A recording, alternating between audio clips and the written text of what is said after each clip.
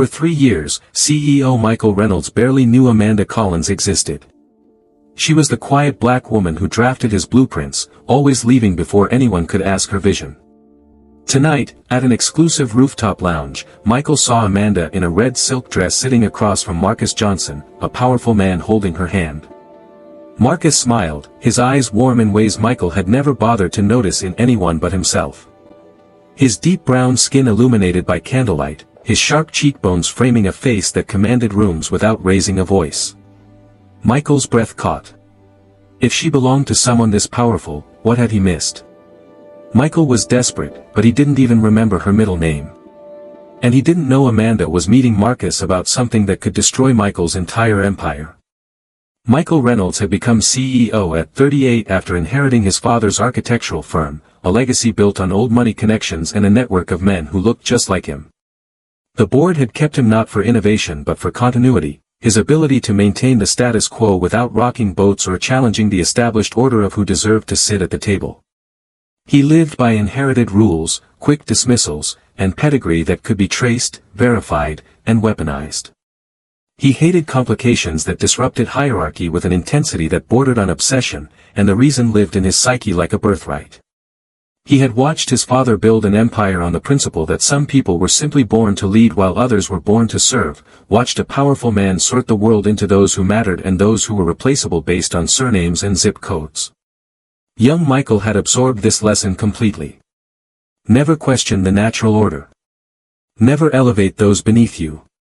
Never let someone without the right background have power over your legacy. The belief had rooted deep in his mind, growing into the foundation of everything he inherited. Talent without pedigree is wasted potential. Employees are just resources to extract value from. Equality is a fantasy that successful dynasties cannot afford. He ran the company the way he ran his life, with entitlement, distance, and an unwavering focus on maintaining power.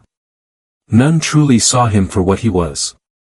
Amanda Collins was 32, a black woman and brilliant architect who stayed quiet, created masterpieces, and never fought for the credit she deserved. A black woman moving through marble corridors where people like her were usually assumed to be assistants, not the architects designing the buildings. She dreamed of her own firm, a vision that shaped every sleepless night she spent perfecting designs, every humiliation she swallowed, every moment of genius she allowed Michael to claim as his own. She always carried her portfolio on her phone, ready to show her true work to anyone who would actually see it, terrified that if she didn't seize the right moment, she might spend her entire career invisible. That fear lived in her chest like a constant ache. Amanda had once been confident in her brilliance, the kind of visionary who saw buildings as living structures with souls, who designed spaces that changed how people moved through the world. But she had learned to hide herself after years of watching her ideas attributed to men with lesser skills but better connections, choosing strategic silence over confrontation because visibility meant becoming a target, and being a target meant losing the fragile foothold she'd fought for. As a black woman who had already learned how quickly excellence could be dismissed or stolen, staying beneath Michael's radar felt safer than demanding recognition. Marcus was unusually perceptive for a tech mogul, with rich dark skin and close-cropped hair that framed intelligent eyes, understanding Amanda's brilliance so deeply that he refused to let her pretend she wasn't extraordinary. Have you ever had a boss who dismissed your talent? Share your story in the comments. And subscribe now because what Amanda does next will show you exactly how to turn the tables on people who underestimate you. Amanda Collins arrived at Reynolds & Associates at 6:45 every morning, before the glass doors were officially unlocked, before the receptionist arranged fresh lilies in the lobby vase, before Michael Reynolds decided which employees deserved his attention that day. She came early because it was the only time she could work without performance, without the constant calibration of how much brilliance to show and how much to hide. This morning, she spread her latest design across the drafting table in the bullpen, a mixed-use development that solved the city's affordable housing crisis while maintaining architectural beauty, a building that breathed with sustainable systems and created community in every curve of its structure. The design had consumed her for months, keeping her awake at night with the kind of obsessive precision that separated good architects from transformative ones. She'd studied the site's sun patterns across all 4 seasons, analyzed traffic flow and pedestrian movement, calculated how the building's shadow would affect surrounding structures at different times of day. She'd incorporated green space on every third floor, vertical gardens that would filter air and provide community gathering spaces for residents who couldn't afford ground-level yards. The commercial units on the lower floors were sized specifically for small businesses and local entrepreneurs, not corporate chains that would turn the neighborhood into another generic shopping district. It wasn't just architecture. It was social engineering through design, the kind of work that acknowledged buildings didn't exist in isolation but shaped how people lived, worked, and connected with each other. Amanda had interviewed residents in the area, spent weekends walking the streets to understand the community's actual needs rather than imposing her assumptions. She discovered that the neighborhood needed a community center, affordable childcare, and accessible medical offices more than it needed luxury condos and high-end retail. So she designed those needs into the structure, creating a building that served the people who already lived there rather than the people developers hoped would displace them. By 8:30, Michael stood over her shoulder, coffee in hand, examining her work with the casual ownership of a man who believed other people's labor existed for his consumption. He didn't greet her. He never did. His eyes scanned the blueprints, the elevation drawings, the detailed specifications that represented hundreds of hours of research and refinement. This could work, he said, as though the design had materialized from nowhere, as though Amanda's name wasn't in the corner of every blueprint, as though 3 months of her life hadn't been poured into these documents. I'll present this to the Hartman Group on Thursday. Good work, team. He said team to the empty air, to the concept of collective effort that erased individual genius, especially when that genius had a name that didn't sound like his, a face that didn't mirror his own. The word hung in the space between them, a verbal sleight of hand that transformed Amanda's solo achievement into collaborative output, diffusing her authorship into an atmospheric contribution that could be attributed to the firm's culture rather than her specific brilliance. Amanda had learned not to correct him. The first year, she tried. Actually, Mr. Reynolds, I developed this design based on, and he'd smiled that patient smile reserved for children who don't understand how the world works, cutting her off with, we're all contributing here, Amanda. No need to compete for credit. That kind of individualism doesn't serve the team. The message was clear, coded in the language of collaboration but enforcing a hierarchy where only certain people were allowed to be individuals while others were dissolved into the collective. Her contributions were atmospheric, part of the office furniture, valuable only when dissolved into the firm's collective achievement, which somehow always crystallized into Michael's individual triumph. She watched him walk away with her folder, her 3 months of research and innovation tucked under his arm like borrowed reading material he'd return when finished. He didn't ask if she had copies. He didn't discuss her vision for the project or invite her to the presentation. He simply took it, the way landlords collect rent or employers extract value, as though her labor was a natural resource that existed for his harvest. Jenna from marketing passed Amanda's desk and whispered, "You're too good for this place," but she kept walking because solidarity without risk was just observation, moral support that cost nothing and changed nothing. Amanda understood. Jenna had a mortgage, a daughter in private school, a career she couldn't jeopardize by challenging a man whose father's name was still on the building. They were all trapped in variations of the same system, all performing their assigned roles, all complicit in maintaining the structure that diminished them. The microaggressions weren't always loud. Sometimes they were silent, like when clients visited and assumed Amanda was the assistant, asking her to fetch coffee while Michael discussed her designs in the conference room she wasn't invited to join. She'd learned to smile and bring the coffee, to treat these moments as invisible tests of her professionalism rather than the insults they actually were. Sometimes the microaggressions were coded, like when Michael praised her urban perspective on low-income housing, as though her ability to design for diverse communities came from ethnic intuition rather than brilliance and study, as though her blackness gave her some mystical connection to poverty that white architects couldn't access through actual research. Sometimes they were structural, like the promotion she'd been promised 3 times, the one that never materialized because there was always a reason, always a delay, always a better candidate who looked like continuity rather than change. The first time, Michael had explained that the firm was restructuring and promotions were frozen temporarily. The second time, he'd suggested she needed more experience with high-profile clients, even though she'd been the lead designer on their 3 most prestigious projects that year. The third time, he'd simply promoted James Chen instead, a talented architect who joined the firm 6 months after Amanda but apparently had the right leadership presence, which seemed to mean he was a man who didn't threaten Michael's ego. What made it unbearable wasn't the dismissal itself but the complicity it required. To survive, Amanda had to perform gratitude for scraps, smile when her ideas were stolen, accept that her value was determined by how efficiently she could feed Michael's reputation while starving her own. She had to laugh at jokes that mocked the communities she designed for, had to stay silent when colleagues questioned whether diversity initiatives were lowering standards, had to pretend she didn't notice that every woman of color who'd worked at the firm in the past decade had either left or learned to be invisible. She had become a ghost in her own career, a brilliant architect whose buildings would stand for generations under someone else's name. And the most damaging part was how she'd started to believe it was normal, how she'd begun to think that maybe this was the price of entry, that maybe women who looked like her should be grateful just to be in the room, even if they were never allowed to speak. She'd internalized the logic of her own oppression, learned to police her own ambitions, to question whether her frustration was legitimate or just the sensitivity and entitlement that powerful people always accused marginalized people of having when they demanded to be treated as equals. Amanda returned to her desk and opened her personal laptop, the one she kept hidden in her bag, password protected with encryption she'd learned from a cybersecurity forum. She opened a folder labeled Future and began transferring her latest design into a separate file, documenting her process, her research, her calculations. She'd been doing this for 8 months now, building a portfolio of work that was truly hers, designs she developed on lunch breaks and weekends, projects that bore no trace of Reynolds and Associates branding or methodology. It was insurance.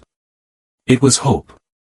It was the quiet rebellion of a woman who'd learned that loyalty to institutions that didn't value her was just another form of self-destruction. She didn't know yet what she'd do with this portfolio, didn't have a concrete plan for escape.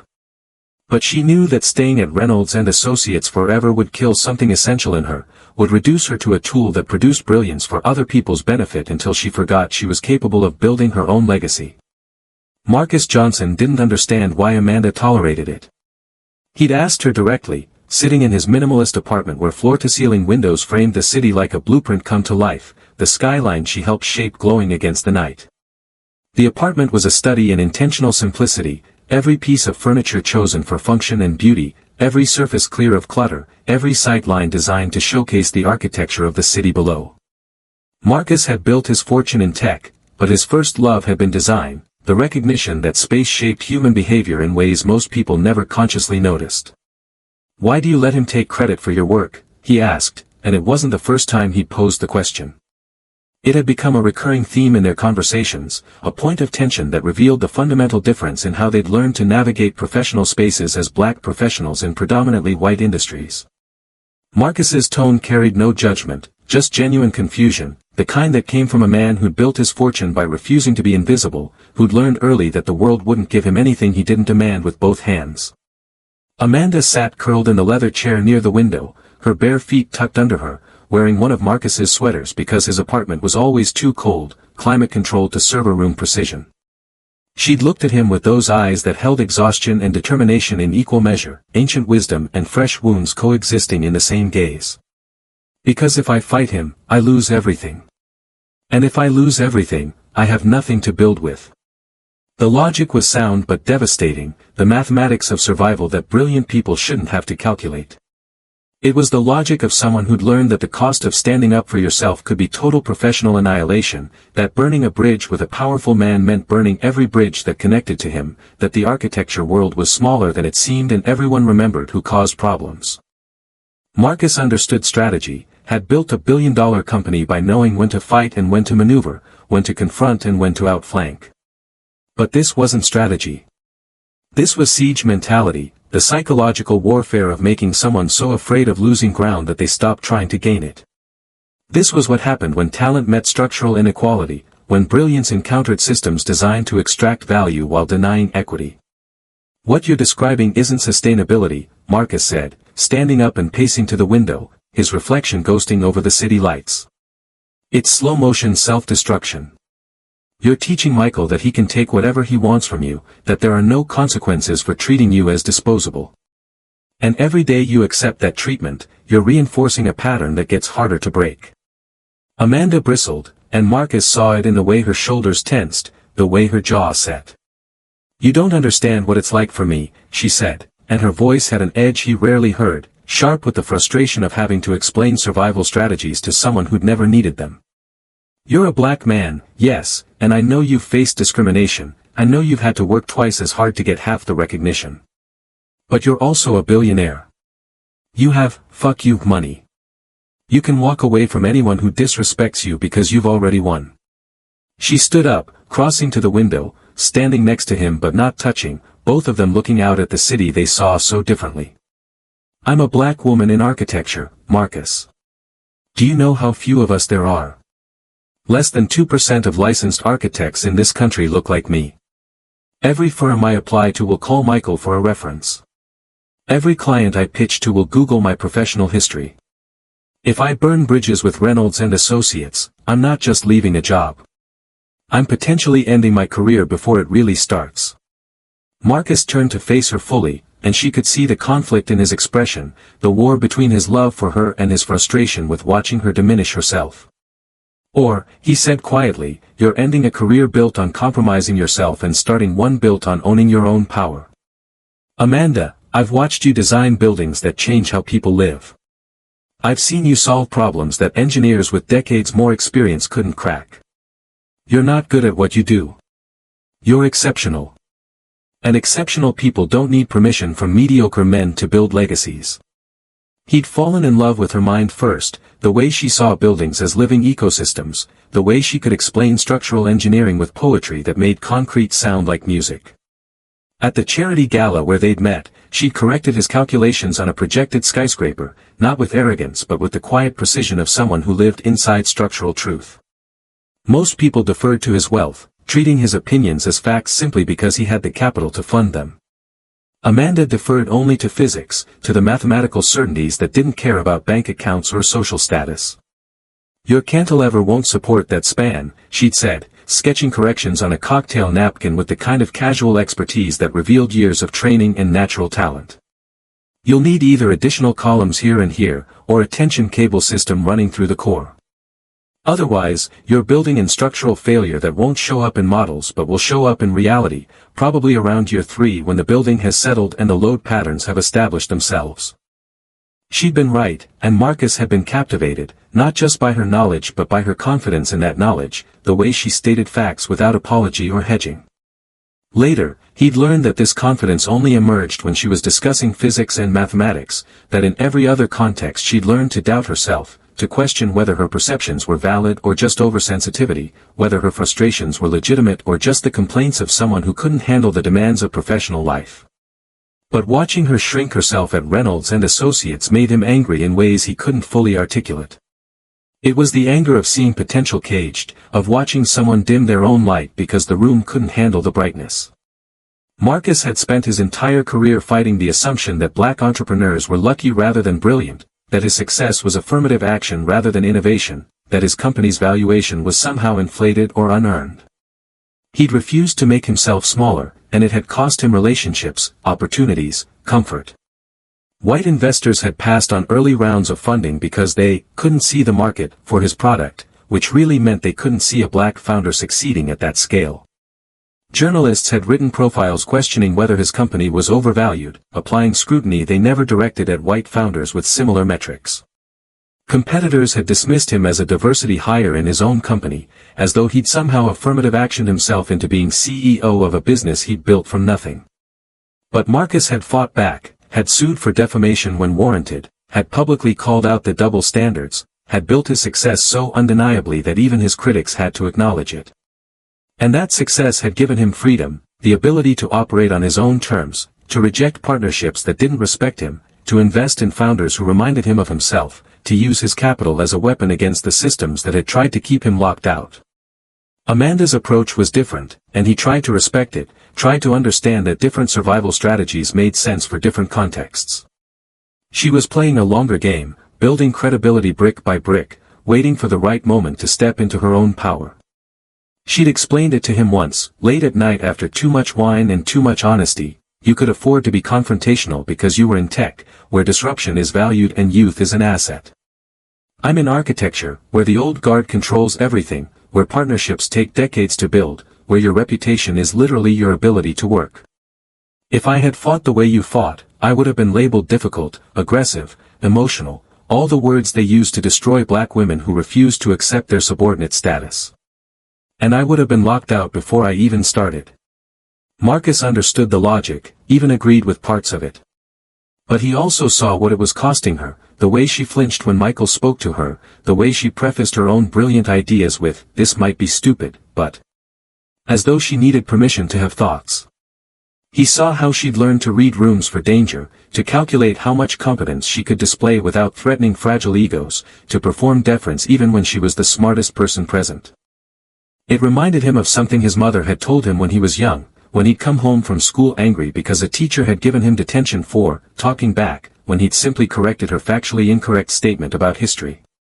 "Baby, you're going to spend your whole life deciding when to fight and when to survive," she'd said, braiding his hair with practiced hands. "And the hard part is that survival sometimes looks like surrender, but it's not. It's strategy. You're gathering your strength, learning the system, preparing for the moment when you're strong enough to change it instead of just resist it." Marcus had thought about that conversation often in the years since, especially when he watched Amanda navigate Reynolds and Associates with the careful precision of someone defusing a bomb. She was gathering her strength. He could see it in the way she worked on her personal projects late at night, in the way she networked quietly with other architects of color, in the way she saved money and planned for a future that didn't include Michael Reynolds. She wasn't surrendering. She was preparing. But Marcus worried that the preparation would never feel complete, that there would always be one more reason to wait, one more credential to earn, one more year of experience to accumulate. He worried that Michael Reynolds would never willingly hand over the recognition Amanda deserved, that she was investing in a system designed to extract her value while denying her equity. He'd seen too many brilliant people, especially brilliant black women, spend their entire careers waiting for permission that would never come, believing that excellence alone would eventually be rewarded when the truth was that excellence without advocacy was just unpaid labor. So Marcus had made a decision, one he hadn't fully discussed with Amanda because he knew she'd object, would insist she needed to fight her own battles, would resist anything that looked like rescue. If Amanda wouldn't fight for herself yet, he would create the conditions where she wouldn't have a choice, where her talent would be so undeniably visible that even Michael Reynolds couldn't pretend to own it. He'd been working on it for months, quietly, assembling the pieces of a strategy that would either liberate Amanda or destroy their relationship. He was willing to take that risk because watching the woman he loved slowly extinguish herself to keep a job that didn't deserve her was a different kind of destruction, one that happened so gradually she might not notice until it was complete. Michael Reynolds requested a meeting with Amanda at 4:30 on a Friday, the kind of timing designed to catch people off guard, too late to prepare and too close to the weekend to refuse. The email had arrived at 4:15, subject line, "Quick chat about your trajectory," with the kind of casual language that suggested informality but carried the weight of command.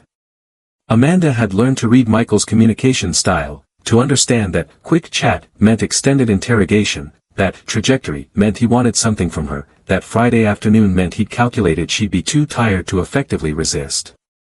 She arrived at his office to find him standing by the window, hands clasped behind his back in that pose he probably learned from a leadership seminar, the one that said, "I'm contemplating important things beyond your comprehension." His office was a shrine to inherited success, walls covered with architectural awards his father had won, photographs of Michael with mayors and governors and developers who moved money with phone calls.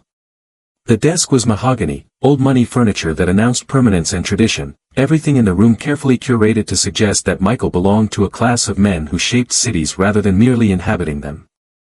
"Amanda, sit down," he said, gesturing to the chair across from his desk, and she noticed he'd used her first name, which he rarely did unless he wanted something, unless he was performing intimacy to lubricate an extraction. "I've been thinking about your trajectory here at the firm. You've been with us for 3 years now, and I think it's time we had a conversation about your future." The words sounded rehearsed, and Amanda felt her stomach tighten because she'd learned that when powerful men talked about your future, they usually meant their plans for you, not your plans for yourself. They meant how you could be more useful to them, how your trajectory could be adjusted to better serve their objectives, how your ambitions could be harnessed to their agenda. Michael sat down and leaned forward, arranging his face into what he probably thought was mentorship but looked more like strategy, the kind of calculated warmth that salespeople deploy when closing deals. "I'm creating a new position, Senior Design Liaison, and I want you to fill it. You'd be the bridge between our creative team and our major investors, helping translate architectural vision into language that resonates with the people who fund these projects. He paused, waiting for gratitude that didn't come, waiting for Amanda to interrupt with enthusiasm and appreciation. When she remained silent, he continued, adjusting his approach like a fisherman who'd felt resistance on the line. It's a significant promotion, Amanda. Substantial raise, we're talking 6 figures, your own office on the executive floor, direct access to the clients who matter. You'd be attending galas, investor meetings, the kind of events where real power operates. This is the opportunity that most architects spend decades working toward. Amanda heard what he wasn't saying, heard the trap disguised as opportunity, heard the extraction disguised as elevation. This wasn't about recognizing her talent but leveraging her relationship with Marcus Johnson, using her as a key to unlock the billions Michael had been chasing since that night at the rooftop lounge when he'd seen them together. The position was designed to extract her value in a new way, to make her the bridge Michael could walk across to reach Marcus's capital while still maintaining control of the destination. What about the Hartman project? She asked, her voice steady, giving nothing away. The design I've been developing for the waterfront development. I'm supposed to present the final renderings next month. Michael's smile tightened almost imperceptibly, the way it did when employees asked questions that disrupted his script, when they insisted on details that complicated the narrative he was constructing. That would transition to the senior design team. James and Robert would take over the technical work. Your role would be more strategic now, less hands-on with individual projects. You'd be shaping relationships, not just buildings. Think bigger picture, Amanda. Design is just one piece of what we do. The real architecture happens in the conversations that secure funding, that align stakeholders, that turn blueprints into actual structures. That's where I need you. There it was, crystallized in language that couldn't be misinterpreted. The promotion was actually a removal, a way to separate Amanda from her designs while appearing to honor her, to silence her claims to authorship by giving her a title that sounded important but meant nothing. She would become a translator of other people's visions, a diplomatic asset rather than a creative force, valuable only for who she knew rather than what she could build. Amanda had seen this pattern before, had watched other talented women of color get promoted into positions that removed them from the work they excelled at, positions that leveraged their identity and networks while denying them creative authority. It was a sophisticated form of extraction, one that dressed up exploitation in the language of opportunity, that made the target complicit in their own marginalization by accepting titles and raises that came with invisible costs. Can I think about it? Amanda asked, buying time, needing space to process what was actually being offered and what was being taken away. Michael's expression flickered with something that might have been irritation or might have been respect for tactical delay. Of course, he said, his tone suggesting that thinking about it was unnecessary but he'd humor her need to pretend she had a choice. But I need an answer by Monday. We're moving quickly on some major opportunities, and I need my team in place. The deadline was another manipulation, pressure disguised as urgency, the artificial scarcity that forced decisions before people could fully evaluate them. Amanda stood, maintaining her composure, performing the professional gratitude expected in these moments. Thank you for considering me, Mr. Reynolds. I'll give it serious thought over the weekend. She left his office and walked to the bathroom, locking herself in a stall, breathing deeply to steady the anger and fear competing in her chest. She pulled out her phone and texted Marcus. He made his move. Called it a promotion. It's a trap. Marcus's response came immediately, come over tonight. We need to talk about the timeline. Amanda knew what that meant. Whatever Marcus had been planning, whatever strategy he'd been developing, it was time to execute it. The choice had been made for her, not by her acceptance or rejection of Michael's offer, but by Michael's revelation that he would never see her as anything but a tool to be deployed for his benefit. 6 months earlier, Amanda had attended the Skyline Foundation Gala only because her firm had purchased a table and Michael had insisted all senior staff attend, by which he meant all staff he considered decorative enough to represent the firm's commitment to diversity without actually threatening its power structure. The invitation had arrived via email with a note, black tie. This is important for firm visibility. Please make sure your appearance reflects Reynolds and Associates standards of excellence. The subtext was clear, show up, look professional, represent diversity, don't embarrass us.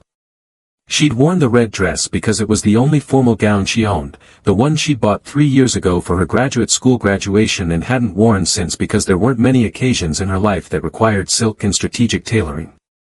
The dress was simple but elegant, cut to emphasize her shoulders and collarbone, the color chosen because her mother had once told her that red was the color of women who refused to disappear, women who claimed space even in rooms designed to exclude them.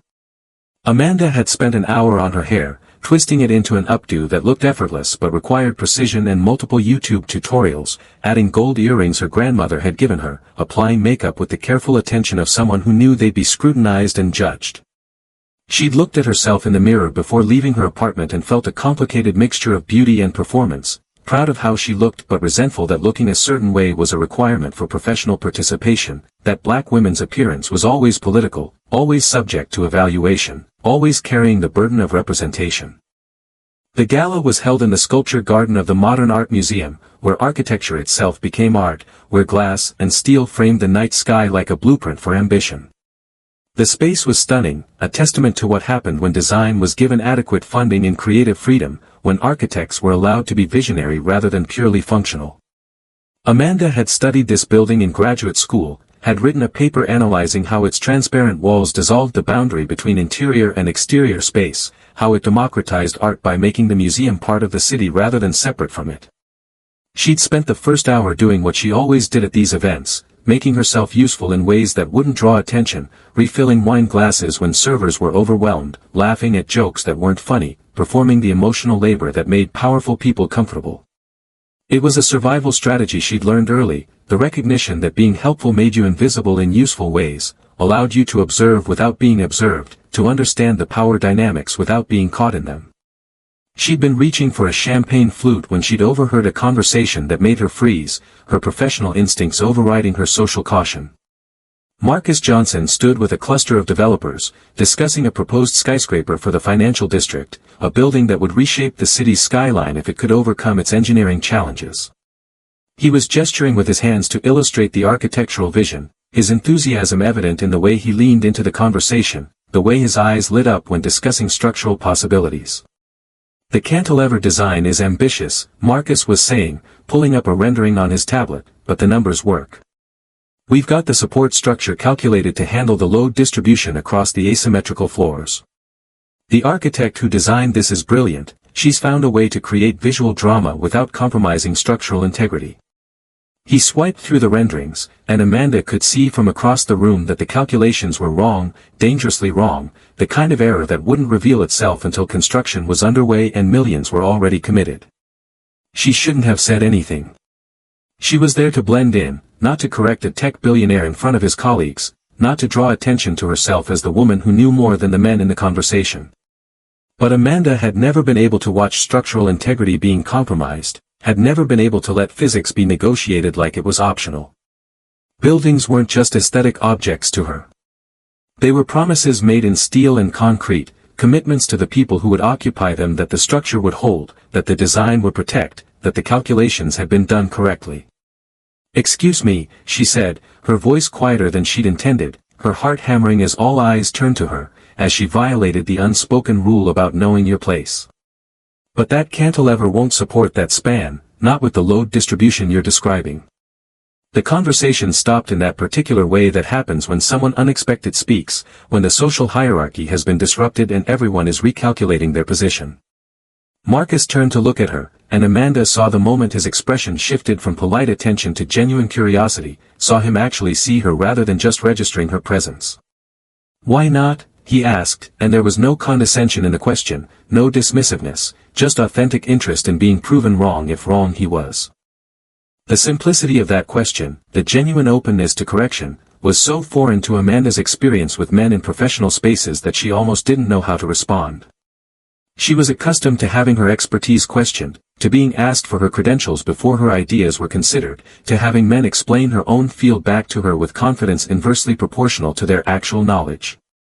Amanda stepped closer, and Marcus handed her his tablet without hesitation, a gesture of trust that surprised her, that suggested he valued accuracy more than ego.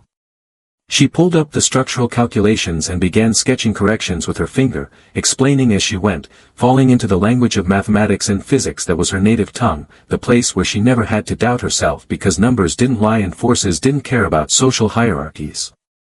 Your primary support assumes uniform weight distribution, but with asymmetrical floors, you're creating uneven load patterns that will stress the cantilever beyond its tolerance.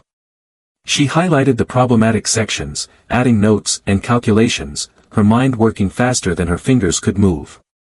You'll need either additional columns here and here, she indicated points on the rendering, or a tension cable system running through the core to redistribute the weight. Otherwise, you're building in structural failure that won't show up in models but will show up in reality, probably around year 3 when the building has settled and the load patterns have established themselves. She handed the tablet back, suddenly aware that she'd just contradicted a billionaire at a charity gala, that she'd broken the unspoken rule about knowing your place, that there would probably be consequences for this moment of professional honesty. Marcus studied the corrections, his expression thoughtful, and then he smiled in a way that reached his eyes, genuine pleasure at being shown something he'd missed. "You're absolutely right," he said, and his voice carried relief rather than embarrassment, gratitude rather than defensiveness. "I'm Marcus Johnson, and you just saved me from a very expensive mistake." He extended his hand, and when Amanda shook it, she felt the calluses on his palm, evidence that despite his wealth he still worked with his hands, still engaged with physical reality rather than just abstract concepts. "What's your name?" "Amanda Collins," she said, her voice stronger now, emboldened by his receptiveness. "I'm an architect with Reynolds and Associates." She expected him to recognize the firm name, to shift into networking mode, to ask about Michael Reynolds and the projects they were developing. Instead, Marcus's eyes stayed on her face, his attention focused and present in a way that made her feel seen as an individual rather than as a representative of her employer. "The firm is lucky to have you," Marcus said, and then added, "though I suspect they don't fully appreciate that." It was a perceptive comment, one that suggested he'd read something in her hesitation, in the way she prefaced her expertise with an apology, in the subtle performance of making herself smaller that she enacted so automatically she barely noticed it anymore. They'd talked for 2 hours that night, starting with architecture but expanding to everything else, art and music and politics and the experience of being black professionals in predominantly white industries, the specific calculations they both had to perform about when to speak and when to stay silent, when to educate and when to protect their own energy. Marcus had listened with the kind of attention that made Amanda feel like her thoughts mattered, like her experiences were valid rather than oversensitive, like her brilliance was something to be celebrated rather than managed. When he'd asked for her number, she'd hesitated, not because she wasn't interested but because she'd learned to be cautious about mixing professional and personal relationships, about the ways that romance could be weaponized against women in workplace contexts. "I'm asking as someone who'd like to continue this conversation," Marcus had said, reading her hesitation accurately, "not as an investor looking to leverage a connection to your firm. I promise you, Amanda, I'm interested in you, not your employer." That promise had been kept. In the 6 months since, Marcus had never once asked her for introductions to Michael Reynolds, had never leveraged their relationship for business purposes, had kept their personal connection separate from his professional interests. Until now. Until Michael had forced the issue by trying to use Amanda as a bridge to Marcus's capital, by making it clear that he saw her value only in terms of the access she provided rather than the brilliance she possessed. Michael Reynolds discovered Amanda's private portfolio by accident, which was really just evidence that he'd been looking for something to discover, that suspicion was his default setting for employees he couldn't fully control. He'd been reviewing the Hartman project files, preparing for a presentation to potential investors, when he'd noticed that some of Amanda's recent work wasn't in the shared server where all firm projects were supposed to be stored. It was a minor inconsistency, the kind of thing most managers would ignore or attribute to administrative oversight. But Michael had built his management style on surveillance and control, on the belief that employees were always looking for ways to shirk responsibility or steal from the company. He'd emailed Amanda requesting all files related to her recent projects, using language that suggested routine organization rather than investigation. "I'm doing an audit of our project management systems and need to ensure all files are properly backed up and categorized. Please send me everything you've been working on for the past 6 months."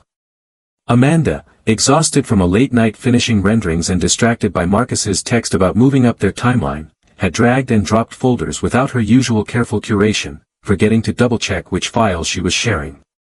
Michael had opened the files in his office at 7 in the morning, before anyone else arrived, the kind of early work session that allowed him to feel productive while actually just feeding his need for control and surveillance.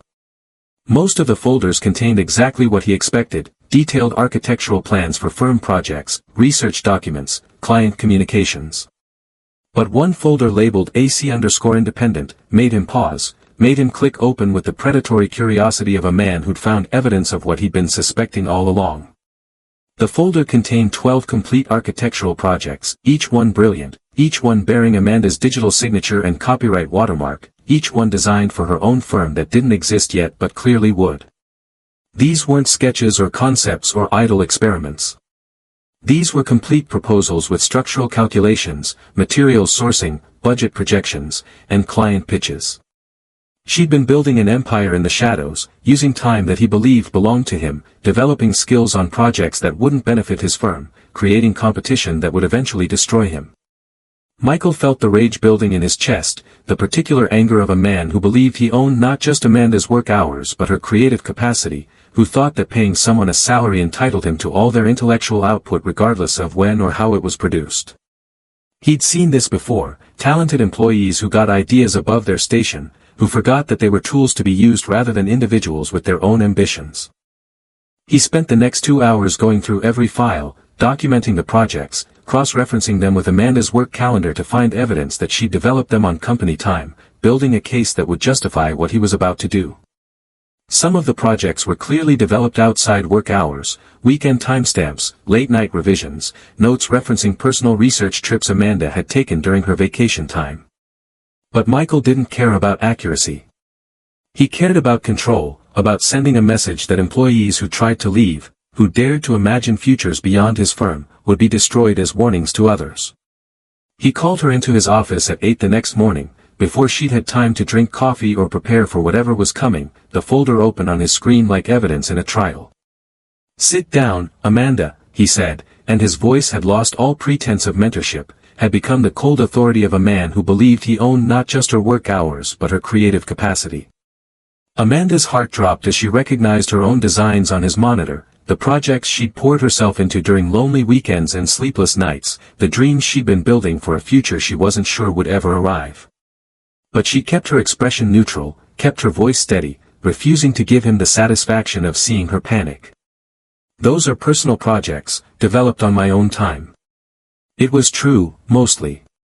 She'd worked on them during lunch breaks when she stayed at her desk and everyone else went out to eat, on weekends when she should have been resting but couldn't stop thinking about designs that actually mattered to her, in those early morning hours before the office opened when she arrived at 6:45 and spent the first hour on her own work before switching to Reynolds and Associates projects.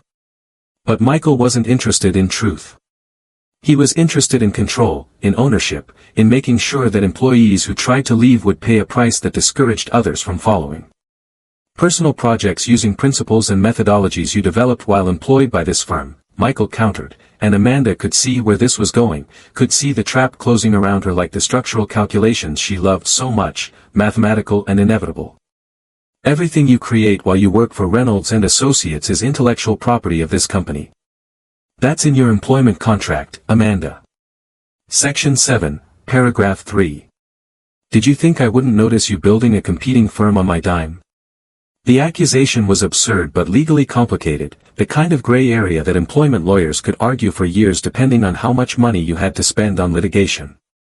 Amanda had signed an employment contract 3 years ago, desperate for the job, grateful for the opportunity, not reading the fine print that gave Michael ownership of anything she created while employed by his firm, regardless of when or where she created it.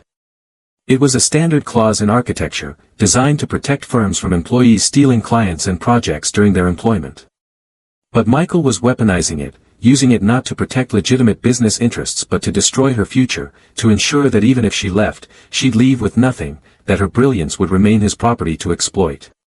"These projects aren't related to anything I've worked on for Reynolds and Associates," Amanda said, keeping her voice level even as her mind raced through possible defenses, possible escape routes from the trap she'd walked into. "They use different methodologies, different design philosophies, different client bases. There's no overlap with firm business." Michael smiled, and it was the kind of smile that preceded cruelty, the expression of a man who enjoyed the power differential, who found pleasure in watching someone realize they were caught. That's not how intellectual property law works, Amanda. The contract doesn't require overlap or similarity. It states clearly that any architectural work you produce while employed here belongs to the firm. The reasoning is simple: we're paying you to think about architecture, and we own the product of that thinking. He leaned back in his chair, arranging himself in the posture of magnanimity, of a powerful man choosing to be generous when he didn't have to be. "I'm prepared to be reasonable about this," he said, though his tone suggested that reasonableness was a tactical choice rather than a moral position. "Delete these files, sign an updated non-compete agreement that extends 5 years beyond your employment here, and we'll forget this happened. You can continue working here, continue developing your skills under my mentorship, continue building the career I've invested in." Or? Amanda asked, because she knew there was an or, knew that ultimatums always came with consequences designed to make the compliance path look reasonable by comparison. "Or I file an injunction claiming ownership of all these designs, tie you up in litigation you can't afford, and ensure that every architecture firm in this city knows you're a liability," Michael said, dropping the pretense of generosity, showing the weapon he'd been holding behind his back all along. "I'll make sure that when firms Google your name, they find court documents and accusations of intellectual property theft. I'll make sure your professional reputation is so damaged that you'll be lucky to get a job drafting blueprints for suburban additions, let alone designing the kind of projects you're clearly dreaming about." He paused, letting the threat land, letting Amanda calculate the cost of resistance versus the cost of compliance. "Your choice, Amanda. Sign the documents and keep your career, or fight me and lose everything. You have until 5 o'clock today to decide." Amanda stood, her legs steadier than she'd expected, her voice clearer than she'd feared. "I need to consult with an attorney before I sign anything," she said, claiming the only right she had left, the only defense against a power differential so vast it threatened to swallow her whole. Michael's expression hardened, the magnanimity evaporating to reveal the threat underneath. "Fine. But remember that every hour you delay is an hour I'm preparing my legal case against you. And I promise you, Amanda, I can afford much better lawyers than you can. This firm has been in my family for 40 years. We've outlasted employees who thought they were irreplaceable before. You're not special. You're just the latest in a long line of people who forgot their place." Michael just weaponized the law against Amanda's dreams. But here's what he doesn't know: she's been preparing for this moment. If you're rooting for Amanda to win, show some love by hitting the like button and commenting, "She's got this," below. And make sure you're subscribed because the revenge she's planning is absolutely legendary. Michael Reynolds hosted the Architectural Vision Gala at the Metropolitan Club, a venue chosen specifically for its exclusivity, for the way its marble columns and gold leaf ceilings announced that only certain people belonged in rooms like this, that access itself was a form of currency more valuable than money. The building was a relic of old New York, constructed in an era when wealth was inherited rather than earned, when social class was determined by family lineage rather than individual achievement. It was exactly the kind of space that made Michael feel powerful, surrounded by the physical manifestations of dynastic success. The invitation list read like a directory of the city's elite, developers and investors and politicians who moved projects forward with handshakes and verbal agreements that meant more than contracts, who operated in the informal networks where real power was concentrated and wielded. Michael had spent weeks curating the guest list, balancing competing interests and egos, ensuring that everyone who mattered would be present to witness his triumph, to validate his position as a serious player in the intersection of architecture and capital. He designed the evening as a stage for his announcement, timed every element to build toward the reveal that would establish his firm as a major force in urban development. The dinner would start at 7, with cocktails and networking that allowed people to establish their hierarchies and alliances. The meal would be served at 8, 3 courses of carefully selected cuisine that announced sophistication and attention to detail. And at 9, after enough wine to make the audience receptive but before enough wine to make them inattentive, Michael would take the stage and announce his partnership with Marcus Johnson. Amanda attended because she'd been commanded to, because Michael had made it clear that her presence was non-negotiable, that she was part of the performance he'd orchestrated. The invitation had arrived via email 3 days earlier, after her refusal to sign his documents, after she'd hired an attorney who told her that Michael's legal case was weak but expensive to fight. "This is your last chance to be part of something important," the email had read, coded language that meant she could either participate in her own erasure or face total professional destruction. He'd seated her at a table near the back, close enough to be visible but far enough to signal her subordinate status, surrounded by junior associates and their uncomfortable spouses who didn't quite know what to say to the woman everyone knew was brilliant but no one was allowed to acknowledge. The table assignment was intentional, a physical manifestation of the hierarchy Michael had been enforcing verbally for 3 years, a reminder that despite her talent, Amanda's place in this world was determined by his permission rather than her merit. She'd worn the red dress again, the same one she'd worn to the charity gala where she'd met Marcus, because she owned exactly one formal gown and couldn't afford to buy another, and because some part of her wanted to reclaim that moment when her brilliance had been recognized, when Marcus had listened to her instead of dismissing her, when she'd felt seen as an architect rather than as a demographic checkmark. The dress felt different now, weighted with history and meaning, no longer just fabric and thread but a symbol of resistance, of refusing to disappear even when the room was designed to make her invisible. Marcus sat at the head table with Michael and the other major investors, positioned to suggest they were partners already, that the deal was done and this evening was just the public announcement. Amanda had texted him earlier, "I know what he's planning. Don't let him use me as leverage." Marcus had responded, "Trust me. I've got this." But sitting in the back of the ballroom, watching Michael perform confidence and authority, Amanda wasn't sure what trust looked like anymore, wasn't sure if resistance was possible or if she was just prolonging her own professional execution. Michael took the stage at 9 precisely, after 3 courses and enough wine to make the audience receptive, and began his speech with the kind of false humility that powerful men mistake for charm, the performance of modesty that actually reinforced their status by suggesting they were so secure they could afford to pretend otherwise. "Tonight, I'm thrilled to announce a partnership that will reshape our city's skyline and redefine what's possible when vision meets capital, when tradition meets innovation." He gestured broadly, as though he were conducting an orchestra only he could hear, as though the city itself was responding to his vision rather than being shaped by thousands of individual actors and forces. Marcus Johnson, one of the most forward-thinking investors in the tech world, has agreed to fund our next major development, a project that will stand as a testament to what Reynolds and Associates represents: excellence, innovation, and a commitment to building structures that last for generations. Amanda felt eyes sliding toward her, colleagues who knew her connection to Marcus, who were waiting to see how this would play, who'd heard rumors about Michael's ultimatum and were calculating whether to maintain their distance from someone who might be professionally radioactive. Marcus sat at the head table, his expression unreadable, his posture relaxed in a way that suggested either complete confidence or complete indifference. "This partnership represents everything I've built this firm to achieve," Michael continued, warming to his subject, his voice taking on the cadence of someone who'd rehearsed this speech multiple times, who'd imagined this moment as vindication of his approach to business and leadership. "The ability to attract world-class investment, to work with world-class talent, to create world-class projects. And it's been made possible by the entire Reynolds team, every person who contributes to our culture of excellence." He paused, and Amanda knew what was coming, could feel it in the way his gaze swept past her like she was scenery, could see it in the slight smile that preceded cruelty.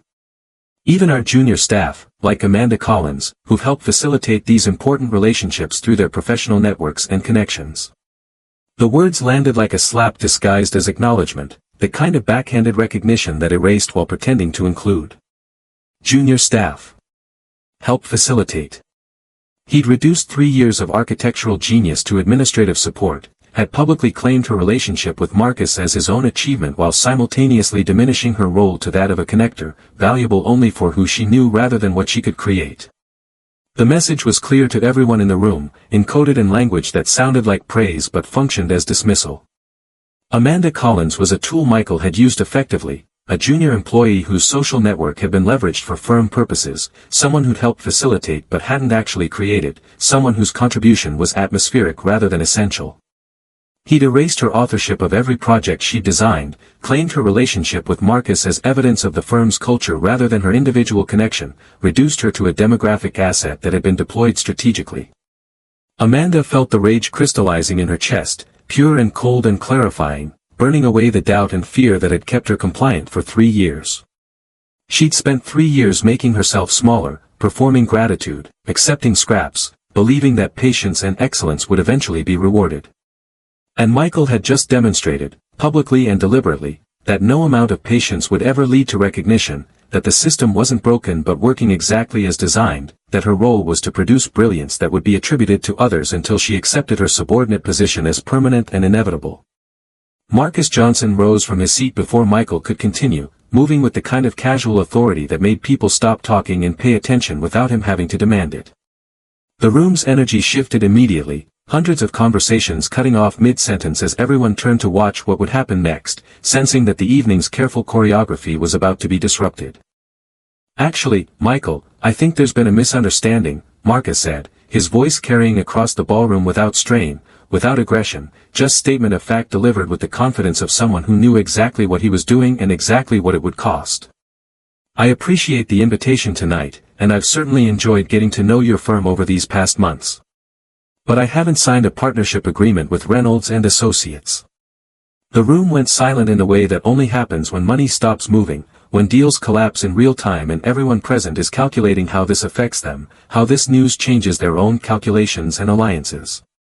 Michael's face went through several expressions in rapid succession, confusion to disbelief to carefully controlled rage, like watching someone rapidly cycling through a slideshow of emotions while trying to maintain professional composure. "We've been in negotiations for 3 months, Michael said, his voice tight with the effort of maintaining control, of not allowing the public humiliation to show even as everyone in the room recognized exactly what was happening. "We've discussed terms, timelines, project specifications. We've had multiple meetings with attorneys present. You can't tell me this is the first you're hearing about a formal partnership." "We've discussed possibilities," Marcus corrected, pulling a folder from his jacket pocket with the casual confidence of a man who'd planned this moment carefully, who'd anticipated every response and prepared for it. "But I never committed to anything more than exploration. And the contract I signed this afternoon wasn't with your firm." He let that sentence hang in the air, let the audience absorb the implication before delivering the blow that would complete Michael's destruction. "It was with Collins Design Group, a new architectural firm founded by Amanda Collins, who I believe you just described as junior staff who help facilitate relationships." Marcus turned to look directly at Amanda, and she saw in his eyes the question he'd been asking for months, the challenge he'd been waiting for her to accept. "Are you ready to stop being invisible? Are you ready to claim what's yours? Are you ready to fight?" Amanda stood, her red dress catching the light from the crystal chandeliers, and walked to the front of the room with her heart hammering but her step steady, each movement deliberate and unhurried, refusing to perform shame or apology for what was about to happen. The walk from the back table to the stage felt like crossing an ocean, 3 years of humiliation and subordination playing in her mind like a highlight reel, every stolen design and dismissed contribution crystallizing into this single moment of claiming her own worth. Marcus handed her the folder as she reached the front of the room, and she opened it to see her own firm's name on a contract worth $40 million, an investment that would fund her first 3 major projects and establish her as a legitimate competitor in a market that had tried to keep her locked out. The contract was real, signed and notarized, with terms that gave her creative control and ownership of her work, everything that Michael had denied her for 3 years. "I was junior staff," Amanda said, her voice stronger than she'd expected, amplified by righteous anger and the weight of finally speaking truth after years of diplomatic silence. "I was the person who designed every project Michael presented as his own for the past 3 years.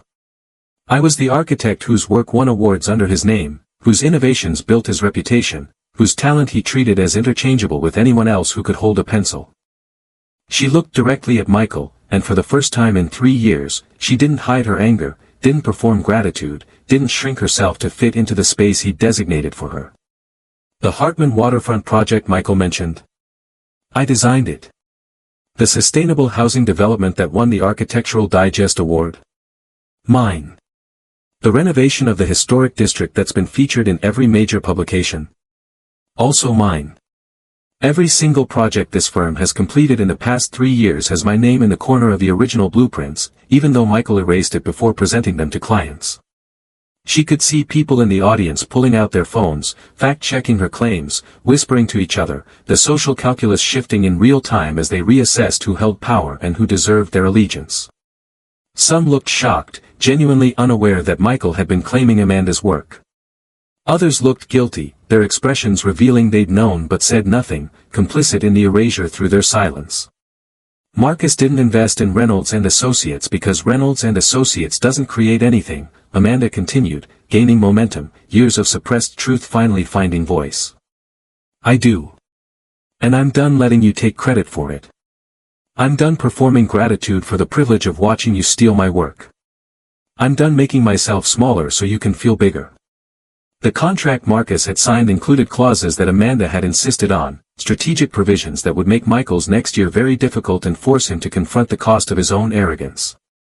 The primary clause was a non-compete agreement that gave Collins Design Group exclusive rights to develop in the city's newest development zone, the waterfront district that had been slated for Reynolds and Associates' next major project, the area that represented billions in potential revenue and decades of urban transformation. The waterfront development zone you've been planning for? Amanda said, looking at Michael but speaking to the audience. Collins Design Group now has exclusive development rights for the next 5 years. You can't bid on contracts there. You can't compete for the projects that will define the next decade of this city's growth. You dismissed me as junior staff, as someone who merely facilitated relationships. But it turns out the relationship you should have been facilitating was the one with your actual talent. Michael's face had gone from red to white, the color draining as he processed the full extent of what had just happened, the complete reversal of the evening he'd choreographed so carefully. He'd been outmaneuvered by the woman he'd dismissed as replaceable, publicly humiliated in front of every important contact he'd spent his career cultivating, and everyone in the room knew it. This is breach of contract, Michael said, his voice shaking with rage he could no longer control. Amanda signed a non-compete. She can't start a competing firm. I'll sue you both for everything you have. Marcus smiled, and it wasn't a friendly expression but the cold satisfaction of a chess player delivering checkmate. Actually, Amanda's employment contract included a non-compete clause that's unenforceable under New York law because it's overly broad and doesn't include reasonable compensation for the restriction. Your attorneys should have caught that. Mine did. We're prepared to defend against any litigation you bring, and I promise you, Michael, you can't afford better lawyers than I can. He paused, letting that truth settle, letting Michael understand that the power differential he'd relied on had been reversed. But more importantly, you can't afford the discovery process. Because if this goes to court, we'll subpoena every project file from the past 3 years, and we'll demonstrate in excruciating detail exactly how many of your firm's achievements were actually Amanda's work. We'll call every client you presented to, every award committee that recognized your projects, and we'll show them the original files with Amanda's digital signature, her design notes, her calculation methods. We'll destroy whatever reputation you have left. The threat wasn't empty, and everyone in the room understood that. Michael had built his career on stolen brilliance, and exposing that theft would collapse everything he'd constructed. He was trapped by his own fraud, unable to fight without revealing the extent of his exploitation. The board meeting happened 3 days later, behind closed doors in the conference room where Amanda had never been invited, where decisions about the firm's future were made by men who'd inherited their seats or bought them with connections that predated merit. The conference room occupied the entire top floor of the Reynolds building, surrounded by windows that framed the city skyline, a physical manifestation of the oversight and authority the board members believed they possessed. But this time, the doors weren't quite closed, and the shouting was loud enough that everyone on the executive floor could hear Michael Reynolds losing control of the company that bore his family's name. You told us Marcus Johnson was a guaranteed investment. Richard Hartman's voice cut through the walls, sharp with the kind of anger that came from watching money disappear and realizing you'd been lied to. Hartman was the board's senior member, a developer who'd known Michael's father, who'd helped establish Reynolds and Associates as a major firm 4 decades earlier. His voice carried weight not just from volume but from accumulated authority, decades of making decisions that shaped the city's development. You assured this board that the tech sector was ours, that we were positioned to dominate the next wave of development. And instead, we've lost our best designer, our primary competitive advantage, and our access to the one investor who could have saved this firm from irrelevance. Michael's response was muffled, defensive, the sound of a man trying to explain away a catastrophe he'd created through arrogance and negligence, trying to reframe his failure as an unpredictable external event rather than the inevitable consequence of his own actions. Amanda couldn't make out the specific words, but she could hear the desperation in his tone, the shift from commanding authority to pleading justification. Amanda sat at her desk in the bullpen, boxing up 3 years of work that had never really belonged to her anyway, listening to the autopsy of Michael's career happening in real time 30 feet away. She was methodical in her packing, sorting materials into categories, personal items that would come with her, firm property that would stay behind, and ambiguous objects like reference books and drafting tools that she'd purchased herself but used primarily for company work. Each item was a small archaeology of her time here, traces of the person she'd been before and the person she was becoming. Her phone buzzed constantly with text messages from colleagues, some congratulating her, some asking if she was hiring, some just expressing shock that she'd actually done it, that she'd walked away from the safety of employment into the uncertainty of ownership. Most of the messages were supportive, but some carried barely concealed resentment, the accusation that she'd violated an unspoken compact by refusing to accept her subordinate position, that she'd made things harder for everyone else by raising expectations about what resistance might look like. Jenna from marketing appeared at her desk, glancing nervously toward the conference room where the shouting had reached a new pitch, multiple voices overlapping in a cacophony of recrimination and blame. "Is it true? You're really leaving?" Jenna asked, her voice barely above a whisper, as though speaking too loudly might draw attention she couldn't afford. Amanda nodded, taping up a box of drafting pencils and sketch pads, tools of a craft she'd practiced in service of someone else's ambition. "I'm really leaving. I'm starting my own firm." The words still felt strange in her mouth, audacious in a way that hadn't fully settled into reality, a future she was speaking into existence one decision at a time. Jenna sat down on the edge of the desk, lowering her voice even further, leaning in like she was sharing a secret or confessing a sin. "Take me with you. Please. I can't do this anymore, can't watch mediocre men take credit for brilliant work, can't keep pretending that loyalty to this place means anything when this place has never been loyal to us. I have ideas for how to market a firm built on actual innovation instead of inherited reputation. I have contacts with journalists and publications that would actually cover what you're doing. I'm good at what I do, Amanda, even though Michael has never acknowledged it." Amanda looked at Jenna, really looked at her, seeing the desperation and hope competing in her expression, recognizing the same calculation she'd been making for months. How long can I sustain this? How much of myself can I sacrifice? When does survival become its own kind of death? "Send me your portfolio and salary requirements," Amanda said. "I can't promise anything yet, but I'm going to need people I trust, people who understand what we're building and why it matters." The board meeting ended with a door slamming, the kind of punctuation that announced a conversation had moved beyond productive disagreement into irreparable rupture. Minutes later, Michael emerged looking like a man who'd just been told his empire was built on sand, his face pale and his eyes unfocused, the shock of consequences he'd never imagined finally hitting him with full force. He saw Amanda at her desk, saw the boxes, saw the future he'd created through his own dismissiveness materializing in cardboard and packing tape. "This isn't over," he said, but his voice lacked conviction, lacked the authority he'd wielded so easily when he thought he was untouchable. "You'll fail. You don't have the network, the reputation, the infrastructure to compete in this market. You're going to realize very quickly that talent without resources is just unrealized potential." Amanda picked up her final box, the one containing the drafting lamp her mother had given her when she graduated architecture school, the photos of buildings she designed that would never bear her name in Michael's universe, the notebook where she'd sketched dreams she wasn't supposed to have. She turned to face him, not with anger but with the calm certainty of someone who'd already won, who'd walked through the fire and emerged with something Michael could never understand. "I don't need your network, Michael," she said, her voice steady and clear, each word chosen deliberately. "I have my own. And my reputation is built on work I actually did, not work I stole from people I considered beneath me. I'm not going to fail because I've already survived the worst thing that could happen to an architect. I survived working for you. Everything else is going to feel easy by comparison." She reached into her bag and pulled out an envelope, her formal resignation letter typed on firm letterhead one last time, the document that would legally sever her relationship with a place that had extracted everything it could from her while giving back as little as possible. "I'm hand-delivering this because I wanted you to know that I'm not running away. I'm running towards something you'll never understand. A company built on actual talent instead of inherited mediocrity. A firm where credit goes to the people who do the work instead of the people who claim it. A future where I'm finally valued for what I create instead of dismissed for who you think I am.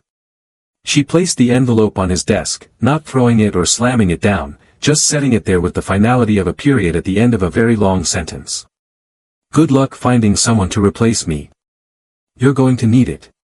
Amanda walked toward the elevator, Jenna falling into step beside her, and behind them they could hear the sound of Michael Reynolds realizing that the foundation he'd taken for granted had just walked out the door, that the firm bearing his family's name was now just an expensive office full of people who'd been coasting on someone else's brilliance, that he'd destroyed his own legacy through the arrogance of believing talent was replaceable when pedigree was the only thing that mattered. 14 months later, Amanda Collins stood in front of the Meridian Tower, a 40-story mixed-use skyscraper that had transformed the city's waterfront from industrial wasteland into vibrant community space, from a monument to past manufacturing into a vision of sustainable urban living. The building was everything she'd envisioned in those early morning hours at Reynolds and Associates, when she drafted dreams on company time and hoped someday she'd get to build them under her own name, when she believed that excellence would eventually be recognized even if it took years of patient waiting. Now her name was there, etched in brushed steel near the entrance, Collins Design Group, lead architect. Not hidden in blueprint corners or erased from presentations, but prominently displayed, claiming authorship, asserting ownership, refusing invisibility. The letters caught the afternoon sun and threw light across the plaza, a small beacon that announced to everyone passing by exactly who had created this space. Marcus stood beside her, his arm around her waist, both of them watching as the evening sun hit the glass facade and turned the building into a beacon of light and possibility, the structure literally glowing with the reflections of a city it was reshaping. You did this, he said, and there was pride in his voice but also vindication, the satisfaction of watching someone step fully into their power after years of being diminished, of seeing potential finally realized without compromise or apology. Not we. You. This is your vision, your design, your achievement. Don't diminish it with collective language. Own it. Amanda smiled, leaning into him, grateful for his support but more grateful for his insistence that she claim her own achievements, that she stop deflecting credit or hiding behind collective language, that she finally accept what she'd spent 3 years denying, that she was exceptional, that her talent deserved recognition, that her brilliance wasn't arrogance but observable fact. I did this, she said, testing the words, feeling their weight and truth settle in her chest. I designed a building that solves problems instead of creating them, that serves the community instead of extracting from it, that proves architecture can be both beautiful and equitable. The Meridian Tower had already won 3 major awards, the National Architecture Excellence Award for Sustainable Design, the Urban Planning Innovation Prize, and the Community Impact Architecture Medal. It had been featured in architectural journals as a model for sustainable urban development, analyzed in academic papers about how design could address housing inequality, photographed for magazine spreads about buildings that changed neighborhoods for the better rather than just gentrifying them. The tower included 200 units of affordable housing integrated seamlessly with market-rate apartments, eliminating the segregation that typically marked mixed-income developments. The ground floor housed a community health center, a subsidized childcare facility, and commercial space reserved for locally owned small businesses. The upper floors incorporated vertical gardens that reduced the building's carbon footprint while creating shared green space for residents who couldn't afford ground-level yards. Every element had been designed with intention, every choice made to serve the people who would actually occupy the space rather than the investors who would profit from it. Collins Design Group had grown to 15 employees, most of them women and people of color who'd been overlooked by firms that valued pedigree over talent, who'd been told they weren't culture fits or didn't have leadership presence or needed more experience despite being more qualified than the people who'd been hired instead. Amanda had built a team of architects who'd survived their own versions of Reynolds and Associates, who'd learned to doubt themselves in environments designed to diminish them, who'd discovered that the problem wasn't their competence but systems that punished excellence when it came from unexpected sources. Jenna ran marketing and operations with a ferocity that came from years of being underestimated, creating campaigns that positioned Collins Design Group not just as another architecture firm but as a fundamentally different approach to urban development, one that prioritized community impact over investor returns without sacrificing financial sustainability. Amanda led design, finally able to practice architecture as she'd always believed it should be practiced, as social engineering through structural innovation, as problem-solving that acknowledged buildings didn't exist in isolation but shaped how people lived. Together, they'd built something that didn't replicate the power structures that had tried to destroy them but created new ones based on merit and mutual respect, on transparent compensation and credit attribution, on systems that made success accessible rather than gate-kept. Amanda had implemented policies that seemed radical in architecture but were simply ethical. Everyone's name appeared on projects they contributed to, compensation was standardized based on role and experience rather than negotiated individually, promotion criteria were clearly defined and uniformly applied, and creative disagreements were resolved through design charrettes rather than hierarchical decree. Michael Reynolds' firm had filed for bankruptcy 6 months earlier, a casualty of losing its only real source of innovation and its access to the investors who funded major projects. The architectural journals had covered the collapse with the kind of schadenfreude reserved for dynasties that fell through their own arrogance, analyzing how a 40-year-old firm had imploded in less than a year once its hidden foundation, Amanda's unpaid and unrecognized brilliance, had been removed. The bankruptcy documents revealed what industry insiders had long suspected. Reynolds and Associates had been coasting on past reputation for years, securing contracts based on awards won with Amanda's designs, attracting clients with portfolios that didn't represent the firm's actual current capabilities. When Amanda left and took her talent with her, the firm had nothing to offer except legacy and connections, and in a market increasingly driven by actual innovation rather than inherited status, legacy wasn't enough. Amanda had read the articles with neither satisfaction nor sympathy, just recognition that systems built on exploitation eventually consumed themselves, that you couldn't build a sustainable business on stolen labor, that eventually reality caught up with fraud. Michael had sent her an email 6 months ago, late at night, probably drunk, definitely desperate. You destroyed me. I gave you everything, and you destroyed me. She hadn't responded. There was nothing to say. He'd destroyed himself by believing he owned her, and she'd simply stopped letting him. She pulled out her phone now, standing in front of the building that bore her name, and opened her email to find a message she'd received that morning from a graduate student at her alma mater. I saw your lecture on equitable design last month, and I wanted to say thank you for proving that people who look like me can build the future instead of just serving it. You've shown me what's possible. I'm starting my graduate thesis on community-centered architecture, and your work is my primary case study. Thank you for refusing to disappear. Amanda had read the message 3 times, each time feeling the weight of representation she'd carried without fully understanding it, the responsibility of being visible so others could imagine themselves in spaces they'd been told didn't belong to them. She thought about that graduate student, probably sitting in the same lecture halls where Amanda had sat 8 years ago, probably hearing the same subtle messages about who belonged in architecture and who was just visiting, probably wondering if excellence would be enough or if she'd spent her career fighting to be seen. What are you thinking about? Marcus asked, noticing the shift in her expression, the way her smile had become complicated with memory and responsibility.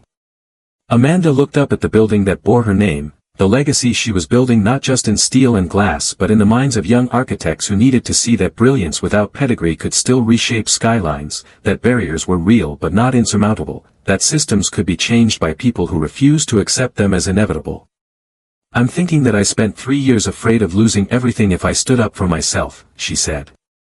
And it turns out the only thing I lost was the weight of trying to fit into spaces designed to keep me small. Everything else, the reputation, the recognition, the freedom to build what matters, I had to create myself. They walked into the Meridian Tower together, through the lobby where her design philosophy was literally built into the structure, where light and space and accessibility weren't afterthoughts but foundational principles. The lobby incorporated art from local creators, seating areas designed for community gathering rather than just circulation, information kiosks in multiple languages that acknowledged the neighborhood's diversity. Every element announced that this building belonged to the people who would use it, not just the people who'd funded it.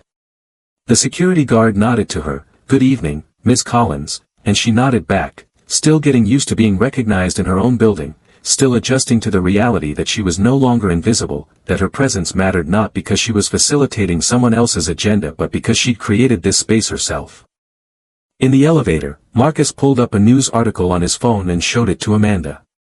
It was a profile piece from Architectural Digest, the industry's most prestigious publication, and her face was on the cover with a headline that read, "The Designer Who Refused to Disappear, How Amanda Collins is Redefining Urban Architecture."